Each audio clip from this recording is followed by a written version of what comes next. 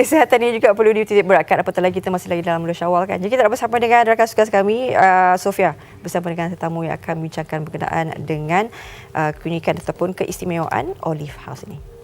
Terima kasih Farha On dan juga Fitri Raya. Pastinya telah pun kita masuk hari ke-15 kita beraya dan sekarang inilah doktor masanya yang kita menerima jemputan, rumah terbuka dan sebagainya ya.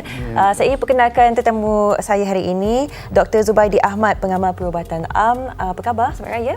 Ya, khabar baik. Selamat Raya. Baik, doktor, kita fahamkan di mana disebut tadi inilah kemeriahan Hari Raya yang sekarang kita betul-betul merasainya dengan hidangan, makannya dengan makanan-makanan yang bukan kata tak sedap tapi tak kurang sihat ya. Mungkin doktor boleh kongsikan bersama kita apakah cara untuk kita mengekalkan pemakanan dan memastikan kesihatan diri kita juga terjaga, doktor. Ya, terima kasih.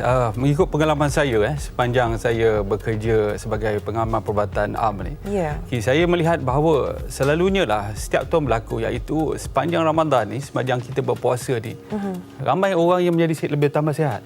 Pengawalan pemakanan dan juga gula, tekanan darah tinggi, kolesterol dan sebagainya, dia bertambah baik.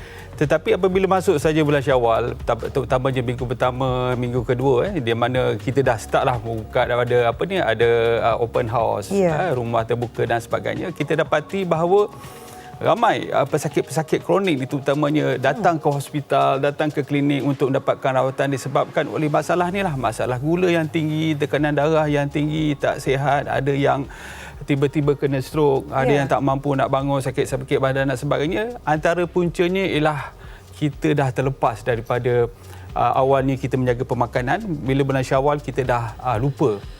Kita dah mengambil kesempatan, kita dah seronok untuk makan dan sebagainya. Yang ini yang kita nampak.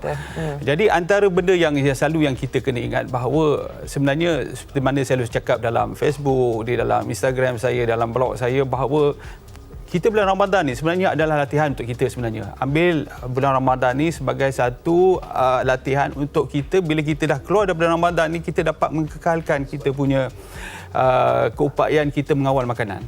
Sebab sebenarnya bila masuk Syawal ni, sebenarnya bukan kita nak orang cakap tu berdiet sangat sebenarnya. Kita kena sebab dia kita meraihkan. Tetapi apa yang penting, ada dua perkara. Iaitu pertama sekali ialah bila kita nak makan. Bila. Yang kedua, apa yang kita nak makan. Bila dan apa. Apa itu yang kadang-kadang kita terlepas pandang. Sebab contoh pada musim perayaan ini terlalu banyak orang cakap tu open house, jemputan dan sebagainya. Kita kena tahu, kita kena rancang bila kita nak makan. Sebab contohnya pada hujung minggu selalunya ada sebab contoh 3 hingga 5 open house contoh kan. Jadi kita kena rancang. Okey. Rumah pertama berapa banyak kita nak makan, rumah kedua, ketiga dan sebagainya. Kalau tak, apa yang berlaku lah kita terlalu banyak makan. Maksudnya rumah pertama kita dah ada 2-3 hidangan tu, kita ambil semua kita habiskan. Yang kedua pun sama, dan ketiga, dan itu akan menjadi berlebihan.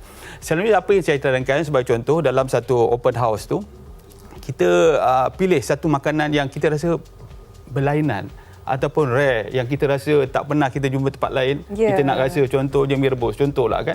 Kita ambil hidangan kecil, rasa menikmati makanan tu dan sebagainya, dan minum air yang banyak. Sekadar untuk menjamah saja di setiap rumah yang kita kunjungi itu. Betul. Sebab tujuan utama kita berkunjung ni sebenarnya untuk menggerakkan silaturahim, kita berbual dan sebagainya. Saya faham orang yang berusia umur 20-an, 30-an, mungkin 40-an ni dia punya selera tu agak besar kan. Tetapi bagi orang yang berusia 50-an, lepas tu dah ada penyakit dan sebagainya, dan inilah masa untuk kita mengurangkan, kita menjaga dan juga kita mengurus cara pemakanan kita.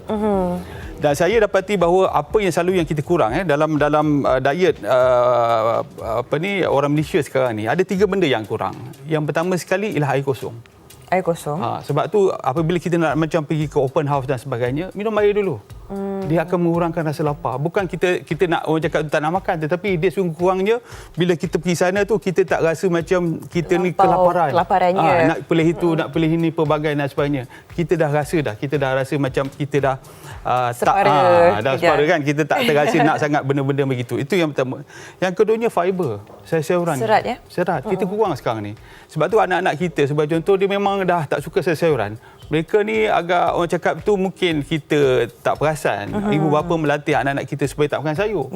Kita tidak menjadikan sayur, kita tak menunjukkan contoh yang kita makan sayur dalam pemakanan kita. Itu menyebabkan anak kita hari ini dia tak berapa nak minat. Kalau bagi pun dia kata, tak nak. Ada satu kategori makanan saja yang dia rasa. Dia. Ya, doktor kita nak faham juga. Sebelum tu satu lagi. Yang terakhir sekali ialah kita kekurangan apa yang kita sebut sebagai minyak sihat. Minyak sihat. Minyak sihat. Selalu kita dengar bahaya tentang lemak kan, lemak dan bahaya, tapi lemak atau minyak ni ada dua jenis. Yang pertama yang kita panggil very healthy fat atau healthy oil, dan satu lagi yang kita sebut sebagai yang minyak-minyak yang tak sihat. Antaranya unsaturated, yang itu kena berjaga sikit. Dan juga yang paling bahaya sekali adalah trans fat. Trans fat ni banyak dalam kuih-kuih yang kita buat tu. Oh ya ke? Sebab tu kadang-kadang kita kena berjaga, bukannya kita tak boleh. Sebab kuih-kuih ni sebenarnya pada saya lah, kalau kita pergi di negara-negara Mediterranean sebagai contoh, dia ada juga dia punya makanan-makanan yang manis, makanan-makanan yang dibuat, tetapi mereka mengambil dia pada masa perayaan saja. Sesekali saja. Sebab kebanyakan makanan mereka tawar. Tawar, tetapi bila makan tu sesekali, yang itu yang akan memberikan kita kenikmatan tu. Sebab itulah kita ada 3 benda tu, iaitu air, fiber dan juga minyak yang sihat. Ya, doktor, kita mempunyai kekurangan masa seminit saja, tapi apa pun yang boleh doktor sampaikan dari segi minuman afiat yang mungkin doktor amalkan, boleh kongsikan sedikit tentang kebaikannya, doktor? Ya, kebaikan terutama pada minyak. Minyak ni sebenarnya seperti saya cakap tadi adalah minyak sihat, yang mana dia akan memberikan tenaga pertama sekali. Sebab kadang-kadang kita ni cepat lapar. Minyak ni, sebab tu minyak dalam apabila kita makan benda-benda yang bergoreng, benda-benda yang tu dia bagus, tetapi kita tak boleh selalu.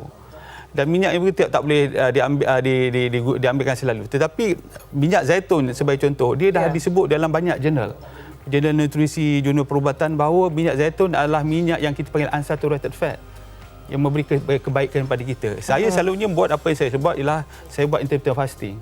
12 jam saya tak makan. Waktu makan tengah hari itu, selalunya saya akan ambil minyak sebagai tenaga dan juga untuk mengurangkan rasa lapar. Baik, doktor.